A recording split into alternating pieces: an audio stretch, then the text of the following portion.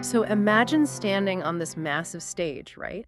You're in front of thousands of screaming fans, and you refuse to look at a single one of them. Right, just total detachment. Exactly. You don't make eye contact, you don't jump around, you don't hype up the crowd, you just stand there, perfectly still, bathed in this really dark lighting, staring stubbornly at your feet. And meanwhile, this absolute, just deafening wall of sound is washing over the entire room. Yeah. Welcome to the deep dive. Today we are unpacking this really fascinating December 2025 column from Monumental Movement Records, or MMR. A great piece. It really is. And it asks this a pretty wild question, like, how did a bunch of introverted kids staring at their shoes completely rewrite the architectural rules of rock music? Well, it really is a story about completely dismantling expectations. Mm, Because when you listen to traditional popular music or classic rock, you're essentially engaging with a narrative art form. right. It's very structured. Exactly. The setup is highly presentational. You have a lead singer standing dead center under a spotlight, delivering a story directly to you, the audience. Yeah, and the guitar steps forward occasionally for a solo, almost like, I don't know, a supporting actor delivering a monologue. Right, and the rhythm section is essentially the stage itself. You sit back and you just observe the performance. But the MMR piece points out that in the late 1980s and early 90s, over in the UK, this completely different movement fractured that entire setup. It really did. So the core premise we're exploring today is how a specific group of artists shifted the focus of rock music away from, like, performance and turned it into this immersive soundscape. Yeah, it was this radical physical move from music as something you listen to music as this three-dimensional space you actually immerse yourself in. And that transition gave birth to two terms that have become deeply, deeply embedded in modern music culture: shoegaze and dream pop. And the column does a brilliant job demystifying where these labels actually came from. I mean, shoegaze, for instance, wasn't some poetic metaphor cooked up in a marketing meeting. No, it was super literal. Right, it was a literal observation of physical posture by the British music press. These musicians were just looking down at their guitar effects pedals during live shows. Because they were constantly managing these complex, daisy-chained signal paths at their feet. Exactly. So that posture, staring at their shoes, became the ultimate symbol of their extreme introversion. Meanwhile, dream pop had actually emerged a little bit earlier. It was blending ambient pop with these post-punk acoustic sensibilities. But the source includes a detail that totally reframes how we should look at this. The author notes, and I quote, "Genre names were added later. Many involved didn't realize the classification at the time." Oh, wow. So they weren't sitting in a room trying to invent a genre called shoegaze. Not at all. They were just trying to build something completely alien with the tools they had in front of them. Which makes this evolution so organic. Yeah. They were chasing a sound they heard in their heads, and the labels were just the media's attempt to catch up. Yeah, the press was just trying to categorize something that defied categorization. Totally. And the reason we are diving into this today is that whether you're, like, a total music nerd, a bedroom producer making beats, or just someone who loves throwing on noise-canceling headphones to totally zone out during a commute. Which is most of us, really. Right. Understanding how this transition happened will completely change how you hear the architecture of your favorite chill playlists. It really changes your perspective. So to figure out how rock music went from a stage play to, like, a sonic swimming pool, we have to roll the clock back to 1979, the post-punk era. Yeah, the late 70s post-punk scene is where the traditional blues-based structures of rock music really started getting dismantled. Because up until then, rock was heavily reliant on standard chords, predictable riffs, and a very straightforward verse-chorus-verse structure. Exactly. But post-punk musicians started shifting their obsession away from the actual notes they were playing, And focusing more on what exactly? toward the tone, the texture, and the spatial processing of the sound itself. But it wasn't just a philosophical change, though. The MMR column makes it very clear that this was fundamentally a technological revolution. Oh, absolutely. Yeah. We're talking about the 1980s explosion of studio technology. Right. Multi-track recording started becoming far more advanced and accessible. And you also had all these outboard effects, things like dedicated delay units, hardware synthesizers, and these massive physical reverb tanks. So the studio itself underwent this complete identity shift. Yeah.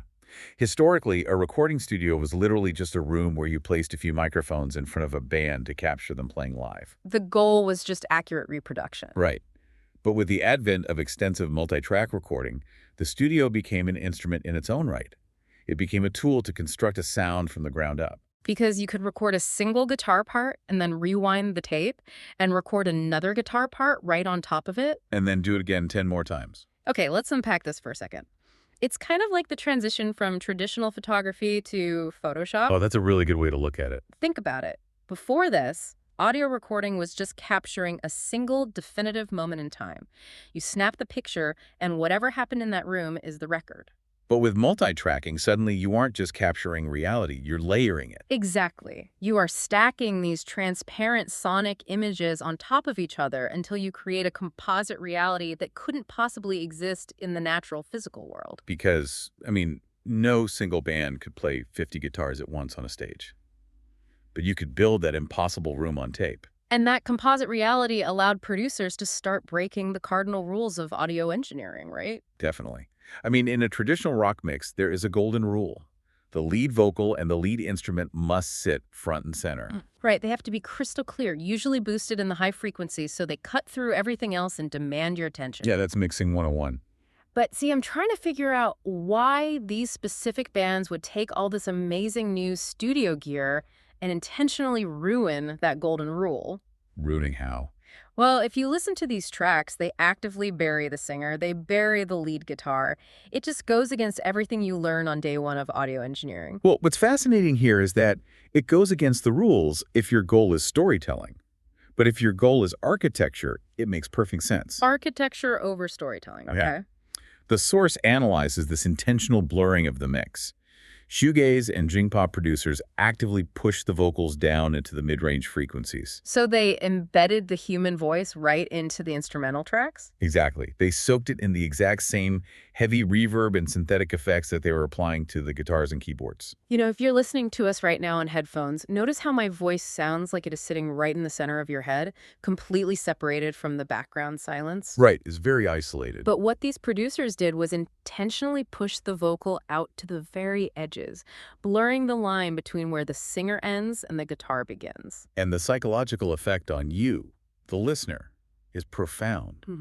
By refusing to give you a clear single focal point, by denying you a star to look at, your brain has to widen its attention. You're forced to take in the entire sonic landscape all at once. Exactly. Blurring the main subject wasn't a mistake or some edgy phase. The source states explicitly that blurring the lines of what is the lead is the actual musical intention. So to really grasp how you build this giant blurry landscape, we should look at the actual architects of the blur. Let's do it. The MMR Deep Dive specifically zeroes in on the two foundational pillars of this movement to show us the mechanics of how these massive walls of sound were constructed. Let's start with dream pop, and specifically the Cocteau Twins around 1982. The Cocteau Twins are absolutely central here. You have to look at the two main components driving their sound: Robin Guthrie's guitar work and Elizabeth Fraser's vocals. Okay, let's start with the guitar. On the guitar side, Guthrie was utilizing chorus, delay, and reverb in a way that was entirely unconventional for the time. Let's break down what those effects actually do to a guitar. Because usually, when a rock guitarist uses a delay pedal like, say, the Edge from U2, it's highly rhythmic. Right. It creates a precise echo that bounces exactly to the beat of the song. It's sharp, it's percussive. But Guthrie wasn't doing that, was he? No, Guthrie wasn't interested in keeping time. He was stacking chorus effects, which essentially takes the guitar signal, duplicates it, and slightly detunes the copy. So it sounds like a shimmering, slightly out-of-focus choir of guitars playing all at once. Exactly. Then he fed that into these massive delays and reverbs. He used delay to create overlapping reverberations that literally melted the contours of the chords. He stripped away the attack of the pick hitting the string, turning distinct guitar strums into this floating, sustained wash of color. And if Guthrie is melting the guitar, the vocalist, Elizabeth Fraser, is completely vaporizing the concept of a lead singer. She really was.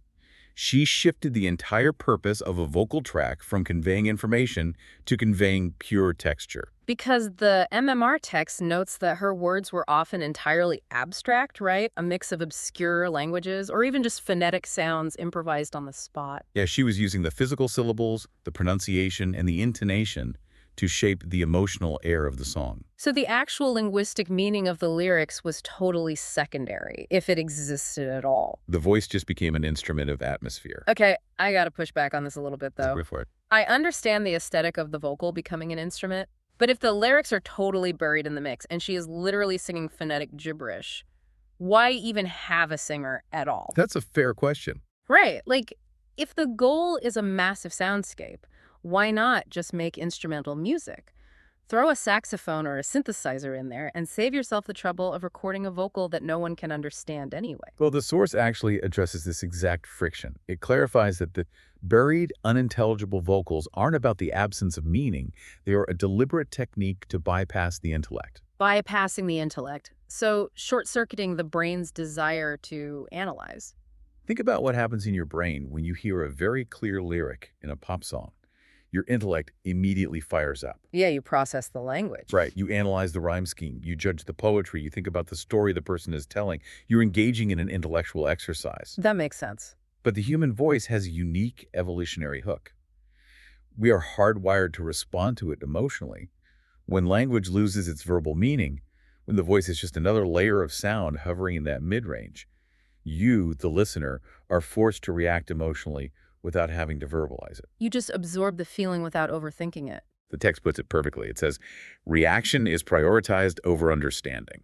Wow, reaction over understanding. Yeah. The human voice conveys sorrow, tension, joy, and release better than any synthesizer ever could.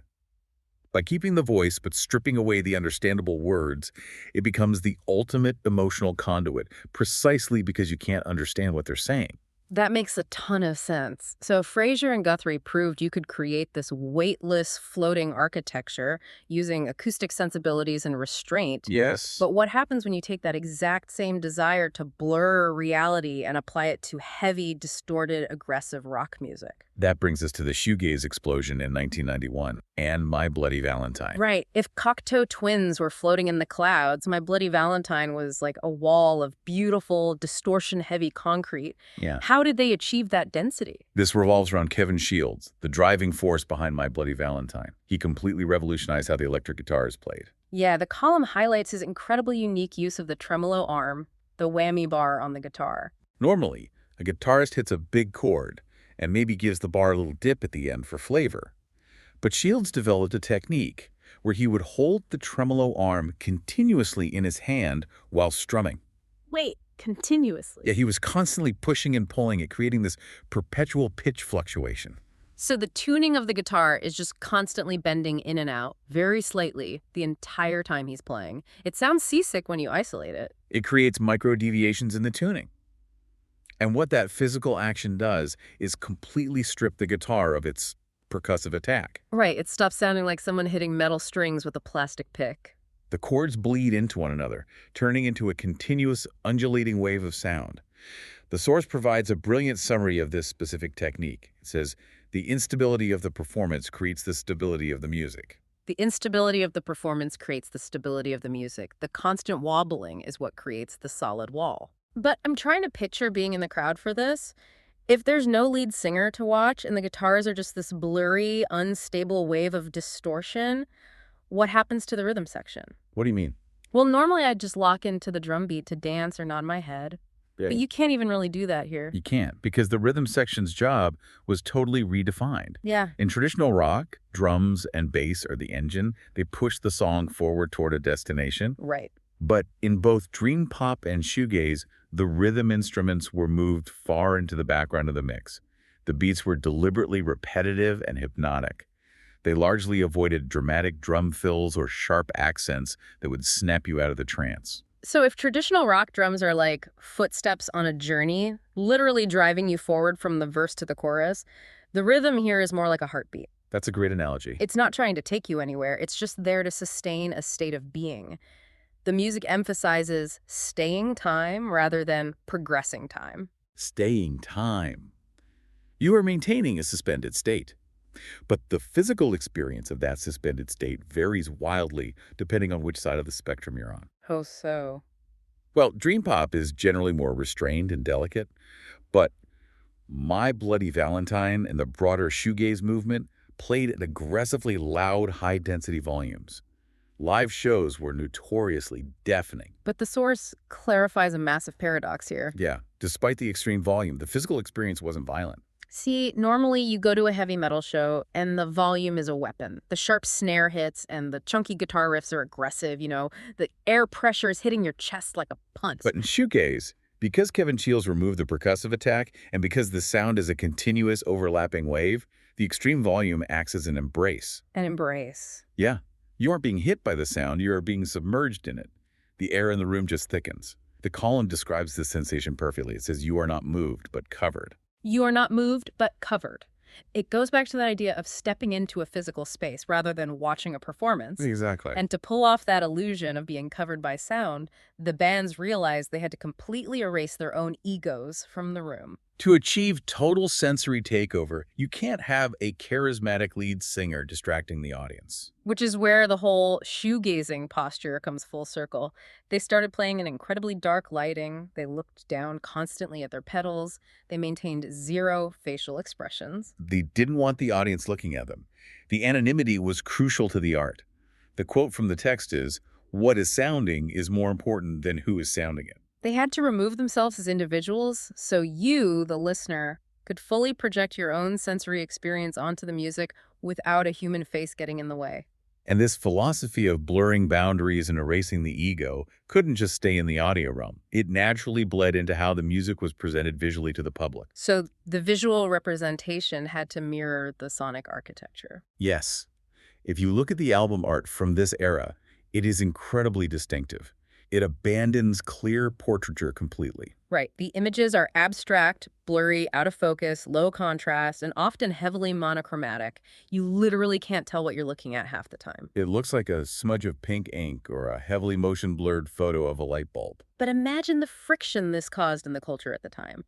The late 80s and early 90s were the golden age of MTV. The culture was highly visual. Dominated by hair metal and pop stars. Exactly, where the extreme close-up of the frontman's face was the entire selling point.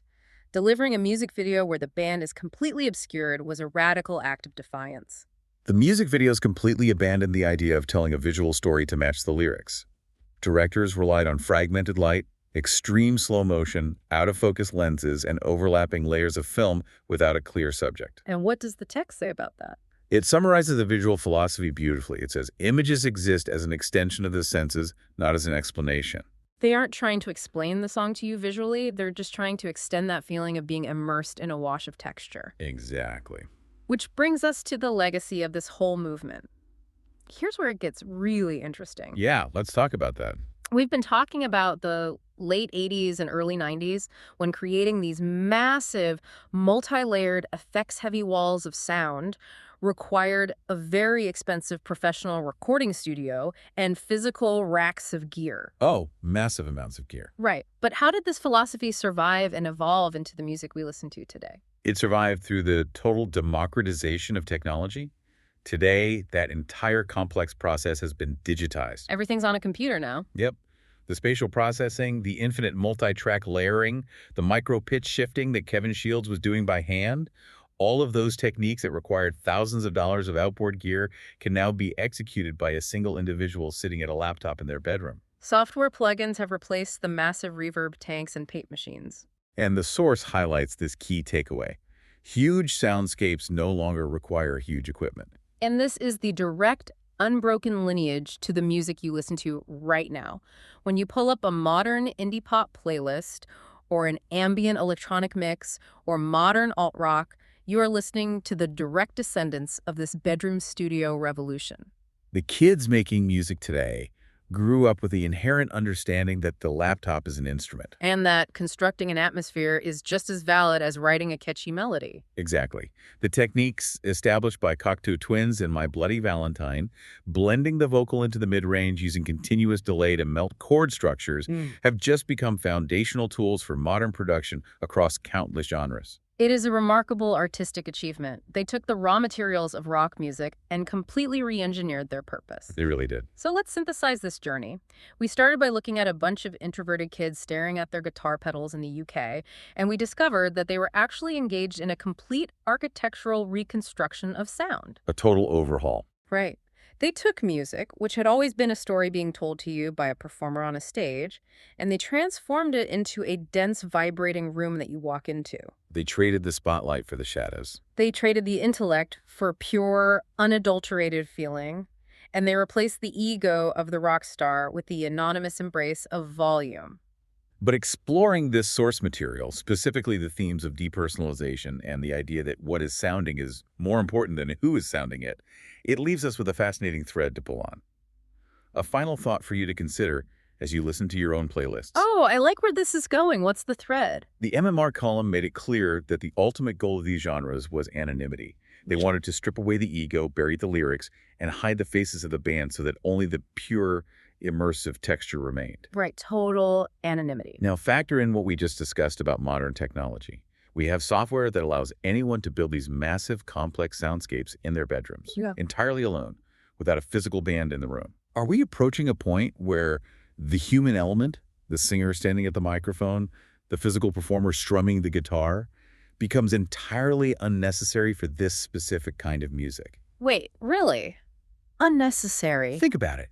If we truly only care about the feeling of being covered by the sound, could the purest form of future dream pop be completely devoid of humings altogether? Wow. If the goal was always to create a post-human wash of sound, modern tech might just finish the job they started in 1991. It's definitely a possibility. That is a wild thought to leave on. Well, thank you so much for joining us on this deep dive. Next time you're on a train or just staring at your ceiling, throw on some Cocteau Twins or My Bloody Valentine, close your eyes, and just let the sound completely cover you. See you next time.